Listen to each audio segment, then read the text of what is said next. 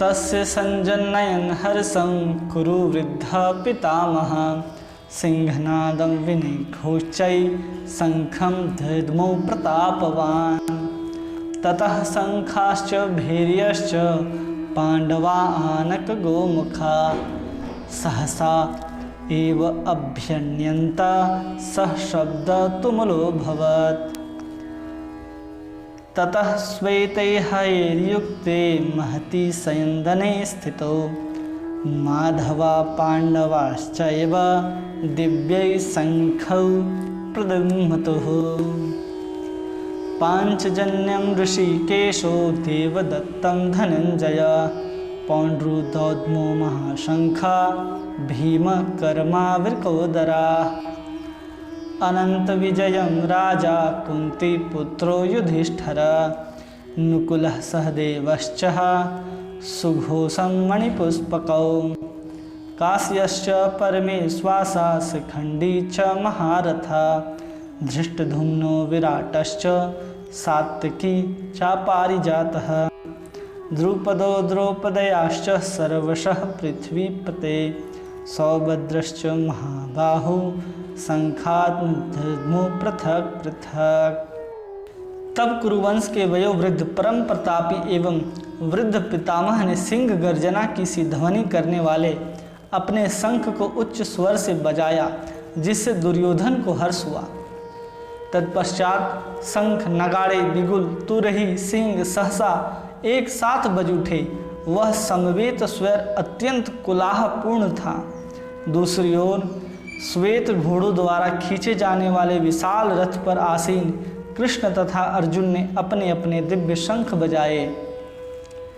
भगवान कृष्ण ने अपनी पांचजन्य शंख बजाया, अर्जुन ने देवदत्त शंख तथा अति भोज एवं अति मानवीय कार्य करने वाले भीम ने पौंड्र नामक भयंकर शंख बजाया। हे राजन, कुंती पुत्र राजा युधिष्ठिर ने अपना अनंत विजय नामक शंख बजाया तथा नकुल सहदेव ने सुघोष एवं मणिपुष्पक शंख बजाए। महान धनुर्धर काशीराज परम योद्धा शिखंडी धृष्टद्युम्न विराट अजय सात्यकी द्रुपद द्रौपदी के पुत्र तथा सुभद्रा के महाबाहु पुत्र आदि सबों ने अपने अपने शंख बजाए। हरे कृष्णा, आप सभी का बहुत बहुत स्वागत है। हम लोग भगवद गीता के पहले अध्याय के ऊपर चर्चा कर रहे हैं। आज हम लोग 12वें श्लोक के ऊपर चर्चा करते हुए समझेंगे और उससे आगे भी जाएंगे और समझेंगे कि अब दुर्योधन के सब कुछ कहने के बाद द्रोणाचार्य ने जब कोई उत्तर नहीं दिया, तब संजय धृतराष्ट्र को कहते हैं कि तस्य संजनयन हर्षम्। तब क्या है, दुर्योधन को जो हर्ष होता है, कैसे हर्ष होता है, तो कुरुविद्ध पितामह, कुरुविद्ध, यहाँ पर भीष्म पितामह के लिए क्या शब्द आ रहा है, कुरुविद्ध, मतलब कौरवों में सबसे बूढ़े व्यक्ति कौन है, भीष्म पितामह। लेकिन ऐसा नहीं है, सबसे वृद्ध व्यक्ति हैं भीष्म पितामह के चाचा जी, जिनका नाम है बहलीक, जो इनके पिता शांतनु के छोटे भाई हैं। वे सबसे वृद्ध व्यक्ति हैं जो महाभारत के युद्ध में अवस्थित हैं, खड़े हैं लड़ाई करने के लिए। लेकिन यहाँ पर संजय भीष्म पितामह को क्या कर रहा है, कुरुविद्ध। क्यों? क्योंकि ये ज्ञान के सबसे श्रेष्ठ व्यक्ति हैं, ज्ञान वृद्ध व्यक्ति हैं, इसलिए यहाँ पर कुरुवृद्ध कहा जा रहा है। पूरे कौरवों में सबसे श्रेष्ठ ज्ञानी और धनुर्धर अस्त्र शस्त्र विद्या में निपुण कोई व्यक्ति है तो वो हैं हमारे भीष्म पितामह। इसलिए यहाँ पर संजय भीष्म पितामह के लिए कुरुवृद्ध शब्द का उपयोग करते हैं। फिर आता है पितामह। पितामह शब्द यहाँ पर कहा जाता है क्योंकि दुर्योधन की प्रसन्नता के लिए द्रोणाचार्य के पास जब दुर्योधन कह रहा था, इतनी सारी बातों को कहा, लेकिन द्रोणाचार्य ने कोई उत्तर नहीं दिया और वहीं पर खड़े थे बगल में भीष्म पितामह जो दुर्योधन के दादाजी हैं। तो उन्हें लगा कि अगर अब कुछ ना कहा जाए दुर्योधन से तो दुर्योधन क्या होगा, नाराज हो जाएगा। तो उसकी प्रसन्नता के लिए भीष्म पितामह क्या करते हैं, सिंहनादम, ऐसे शंख बजाते हैं जैसे बड़े बड़े हिंसक जानवर भी भयभीत हो जाएं। विनः घोषै शंखश्च दौम्न प्रतापवान, ऐसे शंख को बजाते हैं कौन, तो प्रतापवान शब्द भी आया। तीन विशेषण लगा करके भीष्म पितामह को बता रहा है। पहला बताता है कौन है, कुरुवृद्ध हैं, दूसरा पितामह और तीसरा प्रतापवान। अपने अस्त्र और शस्त्र विद्या में इतने निपुण थे हमारे भीष्म पितामह कि उन्होंने अकेले काशीराज के तीनों पुत्रियों को अपहरण करके अपने राजवंशीय पुत्रों के लिए ले करके आए थे। इसलिए यहाँ पर 3 विशेषताओं के साथ बताया जा रहा है कि भीष्म पितामह क्या करते हैं, दुर्योधन की प्रसन्नता के लिए शंख को बजाते हैं, जो बड़े बड़े हिंसक पशु को भी भयभीत करने वाला है। और उसके बाद क्या होता है, 13वें श्लोक में संजय बता रहे हैं धृतराष्ट्र को कि ततः शंखाश्च भेरियश्च पांडव आनक गोमुखा, मतलब उसके बाद शंख, भेरी, दुंदुभी, ढोल, मृदंग सब एक साथ बज उठते हैं। उससे क्या होता है, सहसा अभियंता शब्द तोमुलो भवत।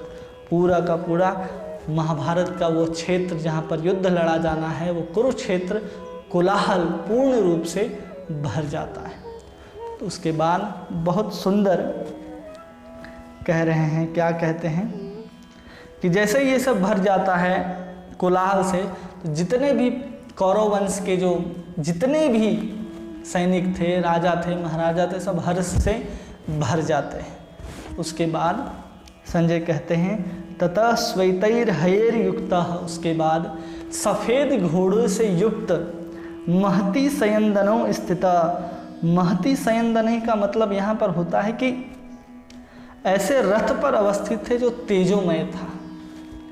माधव पांडवाश्चैव दिव्य शंखो प्रदद्म। कौन कौन अवस्थित है उस रथ पर, भगवान श्री कृष्ण अवस्थित हैं और फिर अर्जुन। देखिए यहाँ पर भगवान की महत्ता देखिए, जब भगवान एक सारथी के रूप में हैं तो कभी सारथी को गिना नहीं जाता कि ये सारथी भी मौजूद है।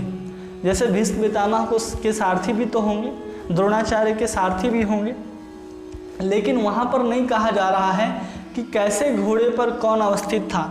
यहाँ नहीं बताया गया कि काले घोड़े के ऊपर या सफ़ेद घोड़े के ऊपर जूते रथ में भीष्म पितामह या द्रोणाचार्य थे, लेकिन भगवान श्री कृष्ण जिस रथ पर हैं उस घोड़े की विशेषता भी बताई जा रही है और कैसा रथ है ये भी बताया जा रहा है। मतलब कुछ विशेष रथ है, एक तो भगवान बैठे हैं इसलिए भी विशेष है, और अलग अलग कारणों को यहाँ दिया गया है क्यों विशेष है, समझते हैं। श्वेतैर्हयैर युक्तः, यहाँ पर कहा जा रहा है कि सफ़ेद घोड़ों से युक्त। चित्ररथ क्या है, चित्ररथ गंधर्वों के जहाँ पर सीखने के लिए गए थे संगीत अर्जुन, वहाँ पर चित्ररथ क्या करता है, बहुत प्रसन्न हो जाता है जब अर्जुन से, तो 100 घोड़े सफ़ेद घोड़े देता है अर्जुन को, जो कहीं भी आ जा सकते, तीनों लोक में कहीं भी आने जाने के लिए स्वतंत्र थे घोड़े। तो वैसे 100 घोड़े देते हैं जो कभी भी युद्ध में मारे नहीं जा सकते। कितनों भी घोड़े मरते हों, लेकिन ये 100 घोड़े कभी भी महाभारत के युद्ध में नहीं मरते थे। उन्हीं में से 4 घोड़ों को क्या किया गया था, अर्जुन के रथ पर लगाया गया था। फिर आता है महती सयंदने स्थित, महान रथ पर बैठे हुए थे। कैसा रथ, सयंती महती, इसलिए महान कि एक बार क्या हुआ कि यज्ञ की आहुति लेते लेते अग्निदेव के पेट में अजीर्ण हो जाता है, और अजीर्ण रोग से छुटकारा पाने के लिए पूरे के पूरे खांडवप्रस्थ एक जगह है जहाँ पर विशेष प्रकार की जड़ी बूटी थी, उसको अर्जुन ने जलाया था और उसका पान किया था अग्निदेव, जिससे उनका अजीर्ण जो है वो दूर हुआ था, जिससे प्रसन्न होकर के अग्निदेव ने अपना रथ अर्जुन को प्रदान किया था। इसलिए कहते हैं यहाँ पर कि महती सेंदनव स्थितो, और उस रथ पर अवस्थित कौन है, तो सबसे पहला नाम सारथी का आया है माधवा। माँ का अर्थ होता है लक्ष्मी और धव का अर्थ होता है पति, जो लक्ष्मी के पति हैं। ऐसे माधव और कौन, पांडव, वही अर्जुन क्या हैं, उनके साथ अवस्थित हैं। दिव्य शंखों प्रद्युम्न, और उन्होंने दिव्य शंखों को क्या किया, बजाया। एक एक शंख का नाम है और उस शंख को किसने बजाया ये बता रहे हैं संजय। कहते हैं कि 5 जन्यम ऋषिकेशो देवदत्तो दत्तम धनंजय, कि 5 जन्य नामक जो शंख है वो भगवान श्री कृष्ण ऋषिकेश जिनका नाम है उन्होंने बजाया। ऋषिकेश इसलिए कहा गया भगवान को क्योंकि हमारे समस्त इंद्रियों के जो स्वामी हैं वे हमारे भगवान श्री कृष्ण हैं, इसलिए उनको ऋषिकेश कहा जाता है। देवदत्तम धनंजय, देवदत्त नामक जो शंख है उसको धनंजय, अर्जुन का नाम यहाँ पर धनंजय संबोधित किया गया। धनंजय इसलिए क्योंकि पहले ही क्या हुआ है कि बहुत सारे यज्ञों में अर्जुन ने क्या किया, बहुत सारे प्रतापी राजाओं को जीत करके बहुत सारा धन अर्जित किया था राजस्व यज्ञ के लिए, इसलिए इनका नाम धनंजय पड़ता है। फिर कहते हैं पौंड्रम दौदमो महाशंखम भीम कर्मा वृकोदर। यहाँ पर भीम जी का नाम आया है कि भीम जी क्या करते थे कि बकासुर, जटासुर, कीचक, जरासंध ऐसे कई असुरों को जब मारे तो उनका नाम पड़ गया भीम कर्मा। और उनके पेट में एक विशेष प्रकार की अग्नि थी जो उनके भोजन को पचाती थी, जिनसे उनको बहुत ज़्यादा भूख लगती थी, उस अग्नि का नाम है वृकोदरः। तो उन्होंने शंख बजाया जिसका नाम था पौंड्र, पौंड्र नामक शंख को भीम ने बजाया। फिर क्या होता है, अनंत विजयम राजा कुंती पुत्रो युधिष्ठिर, कि अनंत विजय नामक जो शंख है उसको युधिष्ठिर बजाते हैं। नकुलो सहदेवश्च सुघोष मणिपुष्पको, नकुल, सुघोष और सहदेव पुष्पको नामक शंख को बजाते हैं। फिर आगे है कि काश्यश्च परमेश्वासा शिखंडी च महारथ धृष्टधुम्नो विराटश्च सात्यकी च पारिजातः। उसके बाद जो श्रेष्ठ धनुष वाले जो थे वो सब अपने अपने द्रुपदो द्रौपदयाश्च सर्वसे पृथ्वी पते, और जितने भी द्रौपद या उनके पुत्र थे या द्रौपदी के जितने पुत्र थे सभी क्या करते हैं, अपने अपने महान शंखों को बजाते हैं। उसको कहते हैं द्रौपदश्च महाबाहु शंख दुम्न पृथक पृथक, सभी ने अपने अपने अलग अलग शंखों को बजाया है। और ये सब सुनने के बाद जब कौरव के पक्ष से जब भीष्म पितामह शंख बजाते हैं और पांडवों के पक्ष से सर्वप्रथम भगवान श्री कृष्ण शंख बजाते हैं, और इसके बाद वहाँ का जो माहौल है उसको वर्णन करते हुए संजय धृतराष्ट्र को आगे क्या कहते हैं हम लोग समझेंगे। आप सभी का बहुत बहुत धन्यवाद। हरे कृष्ण।